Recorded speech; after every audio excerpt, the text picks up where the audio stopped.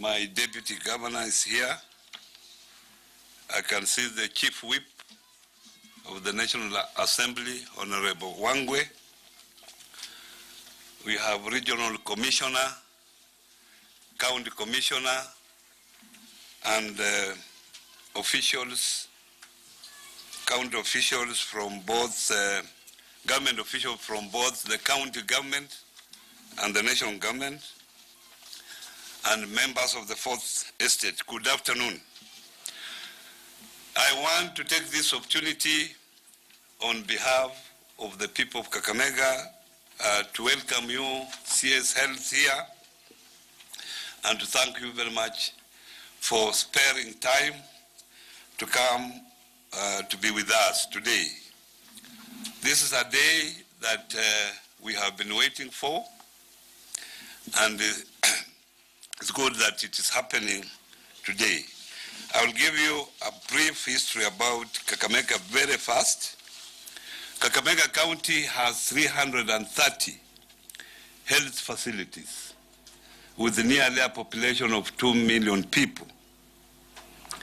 And out of that 330, 190 are public health facilities.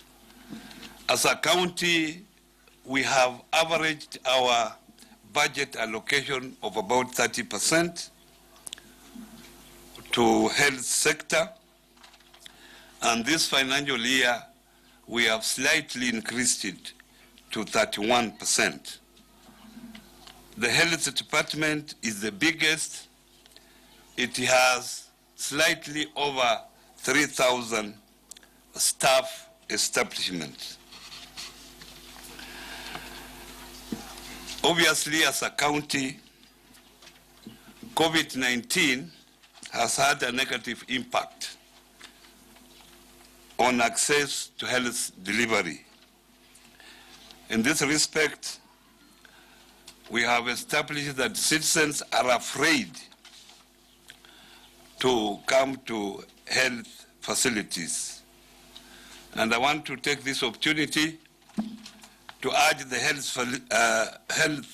those who are suffering from other health diseases, please to come to the health facilities, because we have taken precautions as a county, and you have seen how we have made sure that we have proper isolation hospitals or facilities in Lukuyani and in Mumias and where we are. The three are the three facilities that you have cassetted to take care of COVID patients, while other facilities, our citizens are free to go there to enjoy treatment of other diseases. And we have the entire general hospital, the other side, the level 5, which you can access without mixing with the COVID patients. And because we are not a COVID testing center, and CS, I think this is an issue that I have engaged you, that we need as a region, we have all to go to Kisumu. So our testing capacity is very low. We have managed to test 629 samples, out of which 596 tested negative and 33 have tested positive.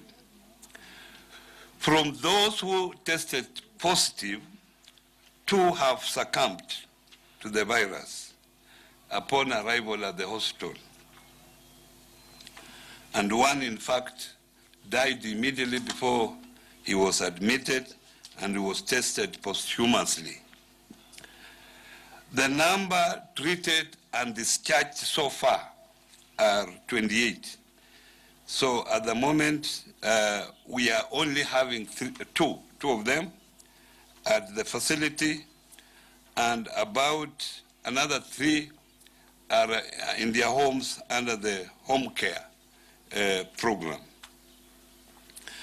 And those who have tested positive range from 1 year to 88 years.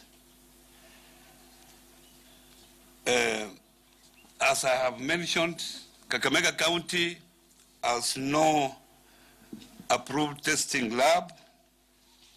The county is using Kemri lab for COVID testing.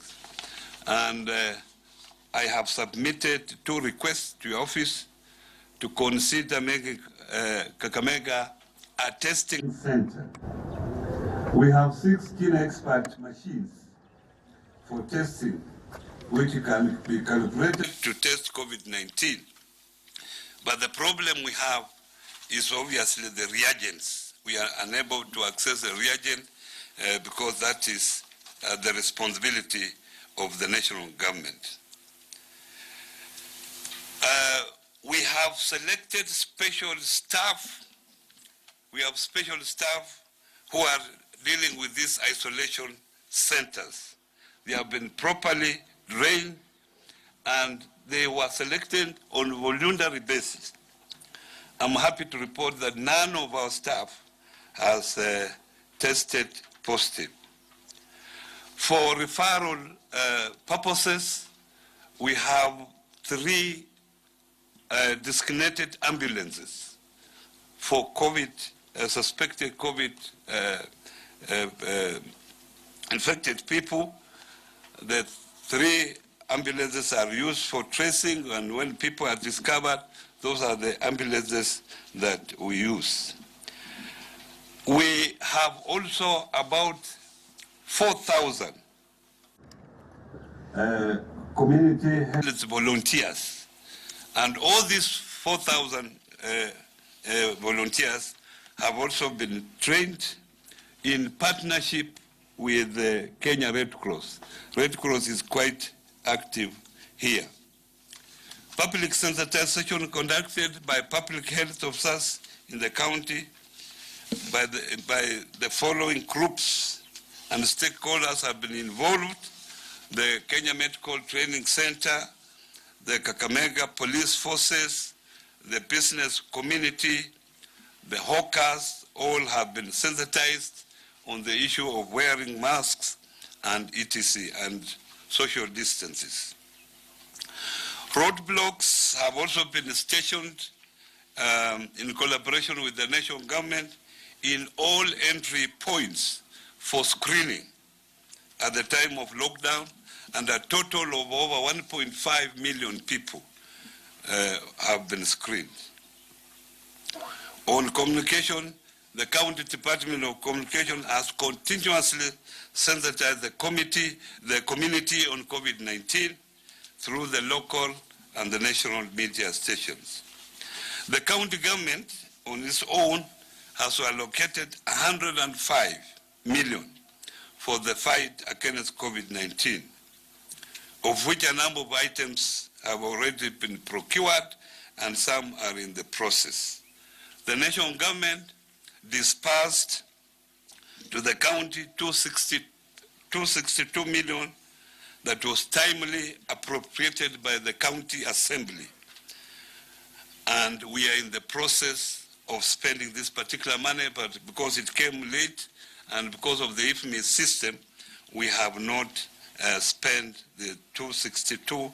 We are still using the 105 that we allocated ourselves. The county also have launched a toll-free COVID-19 response line, number 0800-720-573, for the citizen to aid the referral of mothers and citizens to reach hospital and other facilities. The county has also innovated a way of using the local administration in collaboration with the community health volunteers to map out all pregnant mothers in the community to aid in the access of health facilities through border.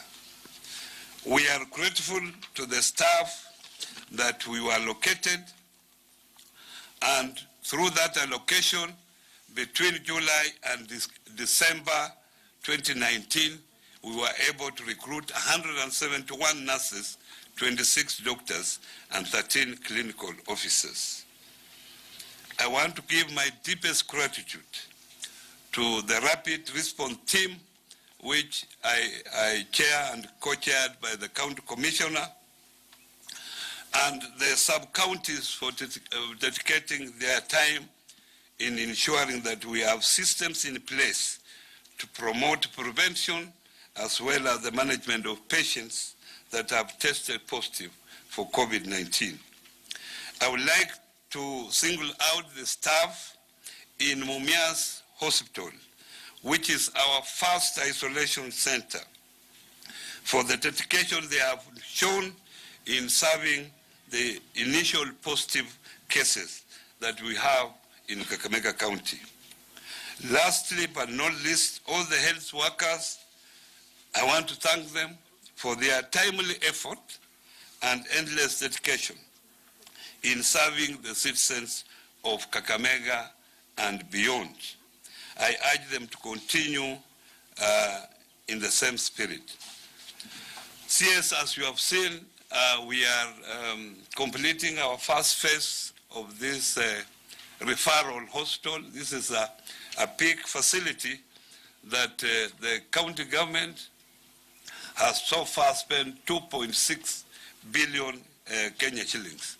We will be coming to you for the support of equipping this facility, and we are hopeful that in the next 2 months we will be ready to have this hospital used by the public. Otherwise, thank you very much.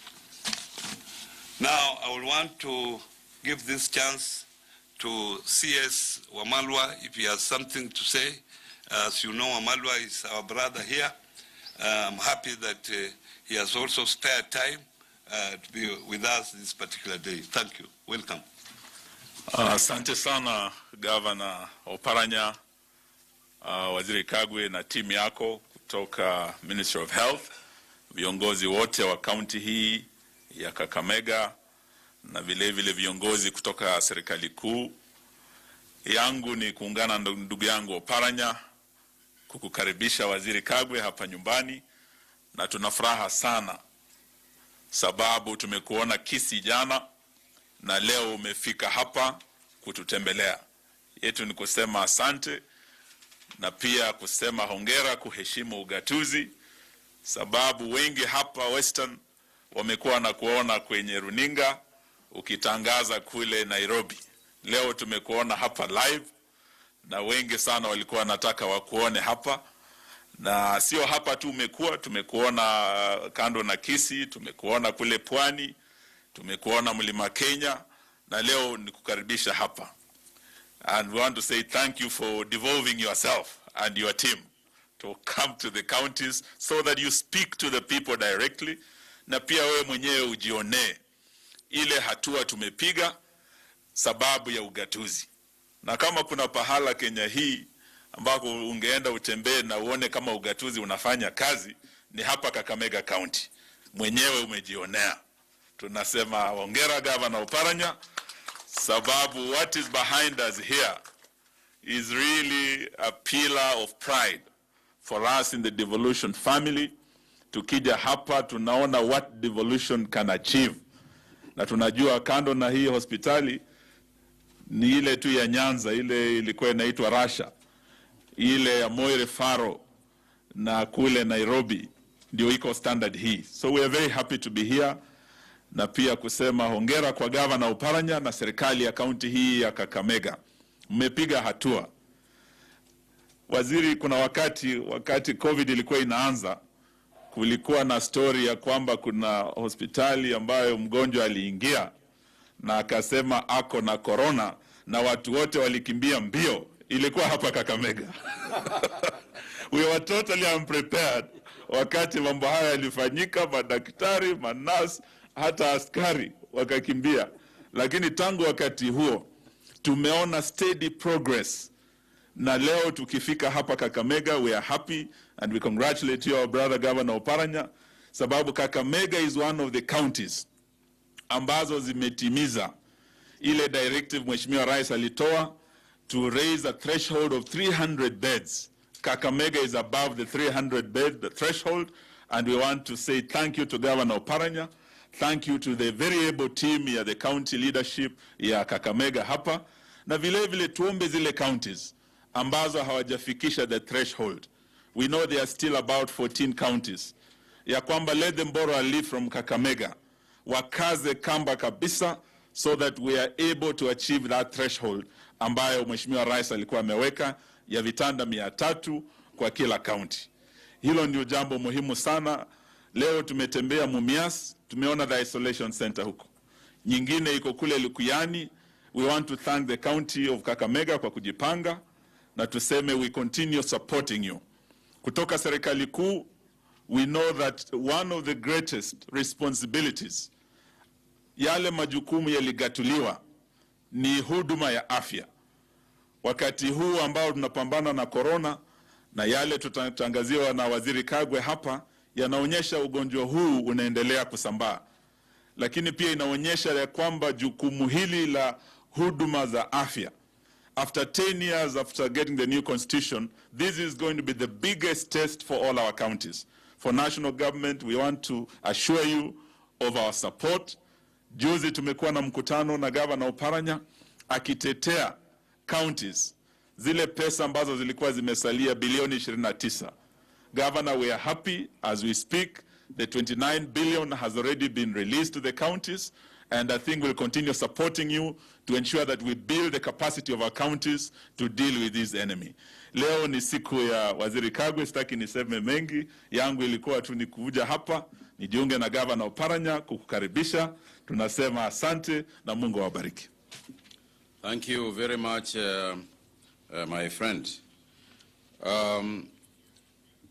Governor of Kakamega County, His Excellency Wycliffe Oparanya, my good friend CS Wamalwa, the Deputy Governor, Philip Kutima, the county executives and leaders, members of the Fourth Estate, members of Parliament here present, members of the administration. I can see the regional commissioner here, as well as the county commissioner, members of the police units who are here, and indeed all of us kwa jumla. Hamjambo. Let me begin by expressing what a pleasure it is to be in Kakamega today.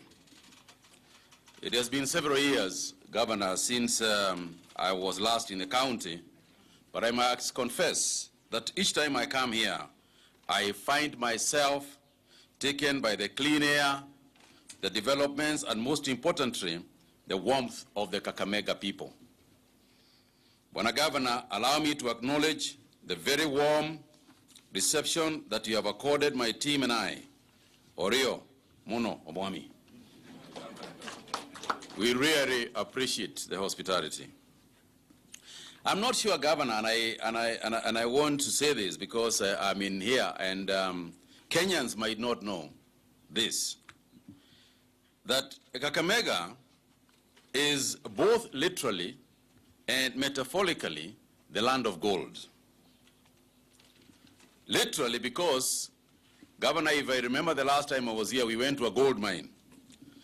I have not seen much about the gold mines, and I don't know whether it's a secret that you are hiding. However, Kakamega is not just endowed in gold. It is also endowed with agricultural wealth, and the gold puts it on the map during the 1930s gold rush. But it is one of the most, and it is also one of the most populous counties after Nairobi, given its size, and the county with the largest rural population in Kenya. It is the people of the Western region, led by Kakamega, Goma, and so on, that make the lives of Kenyans a little sweeter when we drink the morning tea because of the enduring hard work of our sugarcane farmers. They are a national treasure, and I want to let them know that tunawashukuru nyote kwa ile kazi mnaendelea kufanya kutuletea sukari, kwa sababu bila sukari wengine wetu hatutaenda kazini. Kakamega County is culturally alive in events such as we all know, Kuminya. I will not translate that for other Kenyans. Let's just keep it here. Because it is one of the things, Governor, we are dealing with is the health sector. And we want to ensure that no circumcision ceremonies are held without the protocols that are required to save everybody, particularly our children. But I will not get into that. That is something we can deal with separately.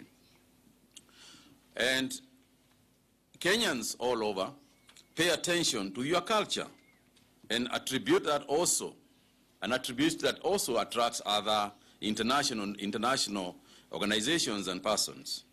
And speaking of the global arena, Governor Oparanya, let me congratulate you on your recent recognition for your governance and the transformational impact it has had on the citizens of this county by being named one of Africa's most reputable individuals in a recent global reputation poll.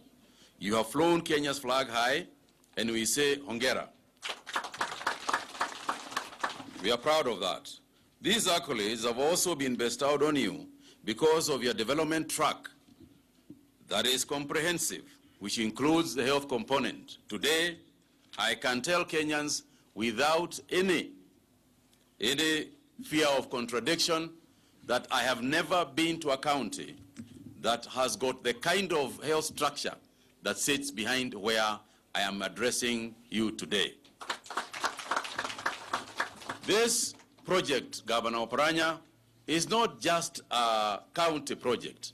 This indeed is both a national and a regional treasure once completed in the form and format that you have envisaged it to be. And I want to say, as CS Wamalwa said, that these are the fruits of devolution. It is very unlikely that managed from the center in the health management system, it is unlikely, honestly, that you would have had this hospital behind us. A huge hospital, when completed, with 750 beds, a massive area for a massive maternity, and all sorts of very developmental and forward-looking projects that you have. This is indeed impressive. And I can tell you, Governor, that long after you are gone, the people of this county and others in the region will remember you for this institution. And I think we owe him a hand of applause. Kakamega County has also successfully managed its cases of malaria, achieved about 80% coverage when it comes to immunization of children, and managed to establish 5 treatment centers that have been prepared to handle the COVID-19 pandemic. The county has hundreds of health workers, as you have rightfully pointed out. But above all, you have got the kind of vision that is going to manage this disease in this county. There is Kakamega County Teaching and Referral Hospital, which is not only impressive because of its stature, but more importantly, because it has been funded virtually exclusively by the county revenues. When you look at the project behind me, you think that there is a national government, it's a donor, or some other institution that has been able to put it up. This is all through county revenue. Hongera for good use of money.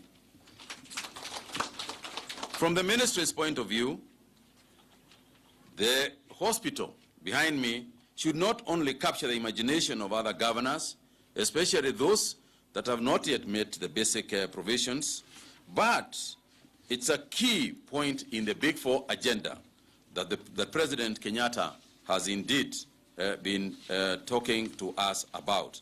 And talking about President Kenyatta, I would like at this point, Governor, to bring his greetings to the people of Kakamega and to say that even as we are coming, we also want to greet the greetings of the Right Honorable Raila Odinga, who also called us when we were in the governor's office to say to the people of Kakamega to send greetings to them. Fellow Kenyans, as we go around the country to assess the level of preparedness that each county has, we have not only been learning more and more about the virus itself, the varying ways it has manifested itself amongst our people, but also how much adherence we have to the measures that we keep preaching. A good example is when we give emphasis on the value of isolation and the fact that when one is diagnosed with COVID-19, all they need is to follow the rules, seek and receive support. And I'm glad here in Kakamega, you have organized the issue of contact tracing and isolation. Because of the level of infections that you have in the county, it is possible to completely isolate and protect the people of Kakamega if proper contact tracing and isolation are adhered to. But there is also the other flip side. I've just received news from one of our counties about a situation that perfectly illustrates what we have been talking about. A son who was tested and confirmed as positive for coronavirus refused to accept the diagnosis because, according to him, the virus is a myth and it does not exist. Based on this, he refused to self-isolate, which led to the infection of his sister and parents. Unlike him, they are old, they are elderly, and as is the usual case, had underlying conditions, so they were impacted more. As we speak, this family, whose first positive case is still alive, has lost an elderly family member, the head of the household, just 2 weeks after it lost and buried his mother. You can only imagine the sorrow that is engulfing them, and as it should, the guilt that forever haunts this young man. Governor, you know, sometimes we get the butt end of insults in this ministry. We have been accused of talking to Kenyans as if they are retarded. We have been accused of all sorts of things. Tumetukanwa kwa sababu ya kusema vile tunasema, because of explaining what we are explaining, because of telling Kenyans the impact of what happens when we don't follow advice. What happens vile kunafanyika tusipofuata masharti yale ambao tumeweka kwa serikali, ya ambao tunaomba, tunasihi wananchi wafuate. Kwa hivyo sasa hadithi kama hii inaeleza na ukamilifu ile inaweza fanyika tusipofuata haya masharti na zile kanuni tumeweka, ndio watu wasiumie.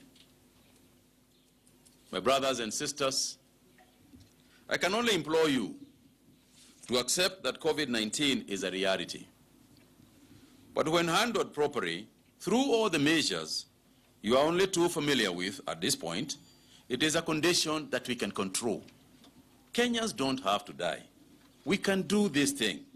We can manage ourselves, we can save lives, and we can save ourselves in the process.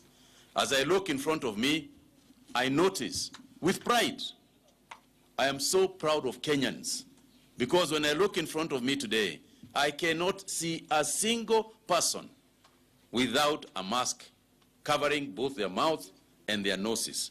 This is development. This is progress. In terms of the fight against COVID-19, this is progress. And I want to thank you. I want to thank you all, because when you save yourself, chances are you'll also save somebody else. You'll save a son, you'll save a mother, you'll save a sister, you'll save a friend.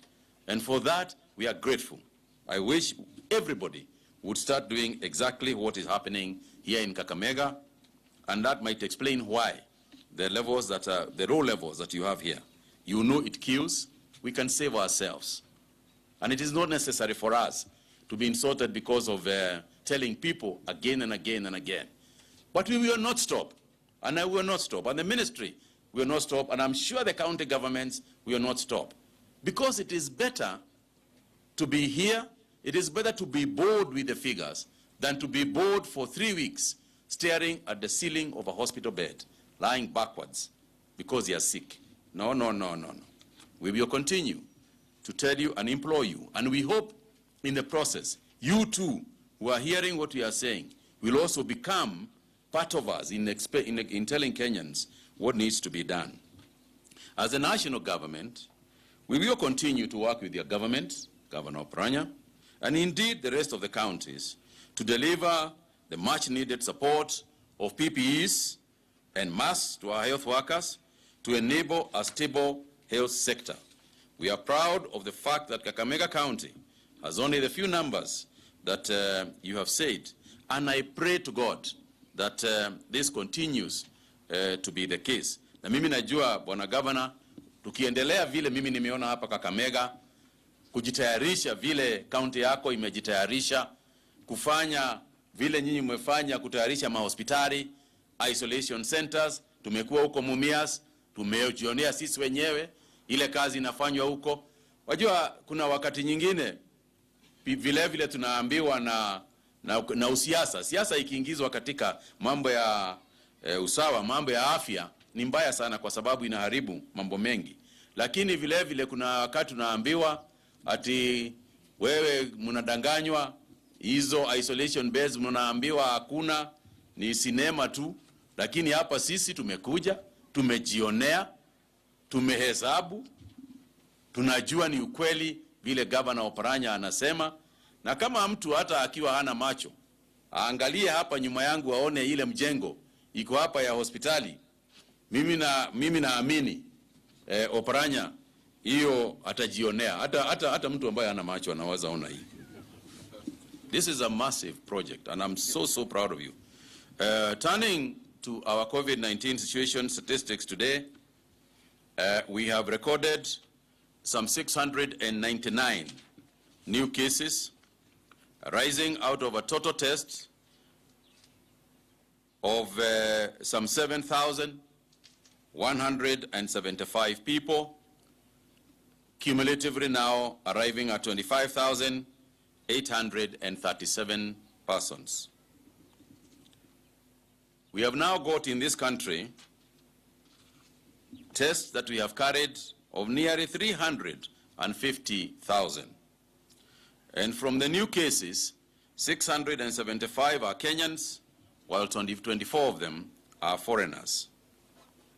In terms of gender, 427 are male and 272 are female, from a 1-year-old baby all the way to 85 years old. But on a more positive note, today also is a happy one, because we have released some patients. 781 patients have recovered from the disease. And this brings our total of recovered patients to 11,899 so far. 125 from various facilities, while 656 from home-based care programs. And I want to emphasize that because you remember when we were at Mumias, your technical people were telling us about how much they have done, the investment they have done, the teaching, the observations with the healthcare workers to see that the home-based program works. And we are very proud of Kenyans because of the success that we have experienced with the home-based care program. And Dr. Amoth is here can confirm that so far we have not lost a single person on the home-based care program. And that tells you that the facilities at home and the atmosphere at home may work better for people rather than in hospitals. And the healthcare workers are not just working in hospitals, they are also working in homes.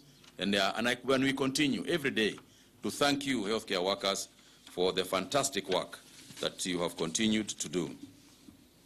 Sadly, we have also lost some 5 patients today who have succumbed to the virus, and therefore, as we speak, we have got 418 Kenyans who have perished. And this number is a sad one because we are talking about somebody's mother, you're talking about somebody's son, somebody's brother. It's not just a figure, it's people. And it is sad that we have lost those many people. So hopefully, this is something that we can contain and see that the fatality rate does not increase. Bwana Governor, nikimaliza na kama ilivyo desturi ya Kiafrika, nimetembelea wewe hapa, nilikuwa nataka kukuletea mbuzi, lakini kwa wakati huu nikaambiwa watu wa Kakamega hawataki mbuzi, wanataka PPE. Kwa hivyo I was told no goods, no food, no whatever, just bring some PPEs, and I know you have been very insistent on that support. And for that reason, I would like to proudly say that we have come with us with some 4,000 PPEs and also 4,000 masks aimed at healthcare workers. I thank you, and now prepared to take one or two questions. But before I do so, let me also react to two things that you asked. One of them is the issue of the testing, Kakamega to be made a testing facility. As you yourself have pointed out, there are machines here, testing machines. We have got the gene expert machines. And one of the problems that we have experienced as a country is with the gene expert machines. As you know, these machines are American-made.